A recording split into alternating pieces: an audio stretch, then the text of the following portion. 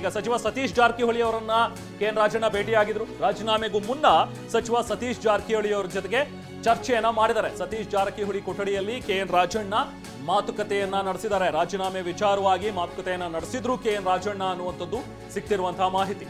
So ಈ ಹಿಂದೆ ಸಚಿವ ಸತೀಶ್ ಜಾರಕಿಹೊಳಿ ಅವರನ್ನ ಈಗ ಭೇಟಿಯಾಗಿ ತಮ್ಮ ರಾಜೀನಾಮೆ ಕೊಡೋಕ್ಕಿಂತ ಮುಂಚೆ ಚರ್ಚೆ ಮಾಡಿದ್ದಾರೆ ಅಂತೇಳಿ ಹೀಗೆ ಬೇರೆ ಬೇರೆ ಈಗ ಹಿರಿಯ ನಾಯಕರುಗಳು ಸಮಾನ ಮನಸ್ಕರು ಅಂತ ನಾವೇನ್ ಹೇಳ್ತೀವಿ. ಯಾಕಂದ್ರೆ ಆಗಿಂದಾಗೆ ಇವರು ಪರಮೇಶ್ವರ್ ಅವ್ರ ಜೊತೆಗೆ ಅಥವಾ ಸತೀಶ್ ಜಾರಕಿಹೊಳಿ ಅವ್ರ ಜೊತೆಗೆ ಮೀಟಿಂಗ್ ಮಾಡುವಂಥದ್ದು, ಅಲ್ಲಲ್ಲಿ ಡಿನ್ನರ್ ಮೀಟಿಂಗ್ಗಳು ನಡೆಯುವಂಥದ್ದು ಇದು ಈ ಹಿಂದಿನ ಕೂಡ ಆಗ್ತಾ ಬರ್ತಾ ಇತ್ತು.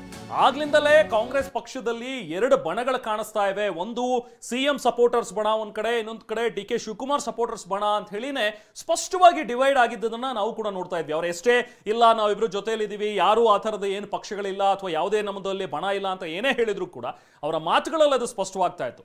ಒನ್ ಥಿಂಗ್ ಅಂತ ಹೇಳಿದ್ರೆ ಕೆಎನ್ ರಾಜಣ್ಣ ಅವರು ತುಂಬಾ ಖಡಾಖಂಡಿತವಾಗಿ ಸಿಎಂ ಸಪೋರ್ಟಿಂಗ್ ಅಲ್ಲಿ ಮಾತಾಡ್ತಾ ಇದ್ದಂತಹ ಕೆಲವೊಂದಷ್ಟು ಮಾತುಗಳು. ಸೊ ಕೆಲವೊಮ್ಮೆ ಡಿ.ಕೆ. ಶಿವಕುಮಾರ್ ಅವರ ಮಾತುಗಳಿಗೆ ಆ ಸ್ಟೇಟ್ಮೆಂಟ್ಗಳಿಗೆ ಕಾಂಟ್ರಾಸ್ಟ್ ಆಗಿಯೂ ಕೂಡ ಹೇಳಿಕೆಗಳನ್ನ ಕೊಡ್ತಾ ಬರ್ತಾ ಇದ್ರು ಕೆಎನ್ ರಾಜಣ್ಣ ಅವರು. ಬಟ್ ಇದು ರಾಜ್ಯದ ನಾಯಕರುಗಳ ಮಟ್ಟಿಗೆ ಮಾತ್ರ ಸೀಮಿತವಾಗಿತ್ತು ಚೈತ್ರ. ಇನ್ನು 2 ದಿನದ ಹಿಂದೆ ಹಾಸನ ಉಸ್ತುವಾರಿಗೂ ಕೂಡ ಕೊಡಲಾಗಿತ್ತು. ರಾಜಣ್ಣಗೆ ಕೊಟ್ಟು ಕೃಷ್ಣ ಬೈರೇಗೌಡ ಅವರನ್ನ ನೇಮಕ ಕೂಡ ಮಾಡಲಾಗಿತ್ತು. ಈ ಬೆಳವಣಿಗೆಗಳ ನಡುವೆ ಕೆಎನ್ ರಾಜಣ್ಣ ಇದೀಗ ರಾಜೀನಾಮೆಯನ್ನ ಸಲ್ಲಿಕೆ ಮಾಡಿ ಅದು ಅಂಗೀಕಾರವಾಗಿ ಸಚಿವ ಸ್ಥಾನದಿಂದ ಕೆಳಗಿಳಿದಿದ್ದಾರೆ.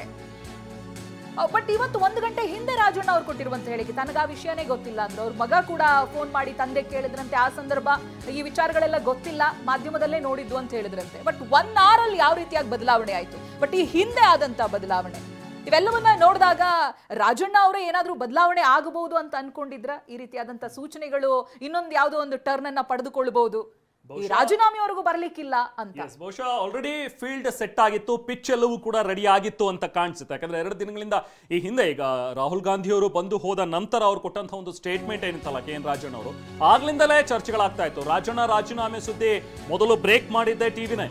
ಸೊ ಕಾಂಗ್ರೆಸ್ ಹೈಕಮಾಂಡ್ ಸೂಚನೆ ಕೊಟ್ಟಿದೆ ಅನ್ನುವಂಥದ್ದನ್ನ ಖಡಾಖಂಡಿತವಾಗಿ ಎಕ್ಸ್ಕ್ಲೂಸಿವ್ ಆಗಿ ಬ್ರೇಕ್ ಮಾಡಿದ್ದು ಟಿವಿ9. ಹೈಕಮಾಂಡ್ ಸೂಚನೆ ಬೆನ್ನಲ್ಲಿ ರಾಜಣ್ಣ ರಾಜೀನಾಮೆ ಕೊಟ್ಟಿದ್ದಾರೆ ಅನ್ನುವಂಥದ್ದನ್ನ ನಾವು ಈ ಹಿಂದೆ ನಿಮಗೆ ಮೊದಲು ಹೇಳಿದ್ದು ಟಿವಿ9 ಪೊಲಿಟಿಕಲ್ ಹೆಡ್ ಕ್ವಾರ್ಟರ್. ಯಾವುದೇ ಪೊಲಿಟಿಕಲ್ ಸುದ್ದಿ ಇರಲಿ ಅದನ್ನ ಮೊದಲು ಬ್ರೇಕ್ ಮಾಡೋದೇ ಟಿವಿ9. ಯಾಕಂದ್ರೆ ಅಷ್ಟು ವಿಶ್ವಾಸಾರ್ಹತೆಯನ್ನ ಟಿವಿ9 ಉಳಿಸ್ಕೊಂಡಿದೆ. ನಿಮ್ಮ ವಿಶ್ವಾಸ ಏನಿದೆ, ಜನರು ಇಟ್ಟಿರುವಂತಹ ನಂಬಿಕೆ ಏನಿದೆ, ಟಿವಿ9 ನಲ್ಲಿ ಬಂದಂತಹ ವಿಚಾರ ಅದು ಸತ್ಯವಾಗಿರುತ್ತೆ ಅನ್ನುವಂಥದ್ದು. ಸೊ ಹಾಗಾಗಿ ಕೇವಲ ಸತ್ಯವಾದಂತಹ ವಿಚಾರವನ್ನ ಅಷ್ಟೇ ಕರಾರುವಕ್ಕಾಗಿ, ಅಷ್ಟೇ ಕಡಾಖಂಡಿತವಾಗಿ ಎಲ್ಲರಿಗಿಂತ ಮೊದಲು ತಿಳಿಸಿದ್ದು ಅದು ಟಿವಿ9. ಯಾಕಂದ್ರೆ ಕೆಎನ್ ರಾಜಣ್ಣ ಅವರೇ ಇನ್ನೂ ಹೇಳ್ತಾ ಬರ್ತಾ ಇದ್ರು, ನೋಡೋಣ ನಾನೇನು ಅಧಿಕಾರಕ್ಕೆ ಅಂಟ್ಕೊಂಡು ಕೂರಲ್ಲ, ನೋಡೋಣ ಪರಿಸ್ಥಿತಿಗೆ ತಕ್ಕಂಗೆ ರಿಯಾಕ್ಟ್ ಮಾಡ್ತೀನಿ ಅಂತ ಹೇಳಿದ್ದು. ಹಾಗೆ ನೀವು ಮಾತಾಡಿದಾಗ ರಾಜೇಂದ್ರ ಅವರು ಹೇಳಿದಂಥ ಮಾತು, ಇಲ್ಲ ನಮಗೆ ಗೊತ್ತೇ ಇಲ್ಲ, ರಾಜಣ್ಣ ಅವರು ಕೇಳಿದ ನಾನು ಹಂಗೇನಿಲ್ಲ ಅಂತ ಹೇಳಿದ್ರು ಕೂಡ ಪಕ್ಕಾ ಮಾಹಿತಿ ಟಿವಿ9ಗೆ ಗೊತ್ತಿತ್ತು. ಹೈಕಮಾಂಡ್ ನಿಂದ ಸೂಚನೆ ಹೋಗಿದೆ, ರಾಜೀನಾಮೆಯನ್ನ ಕೊಟ್ಟಿದ್ದಾರೆ ಅನ್ನುವಂಥದ್ದು. ಸೊ ಹಾಗಾಗಿ ನಾವು ಅದನ್ನ ಬ್ರೇಕ್ ಮಾಡಿದ್ವಿ.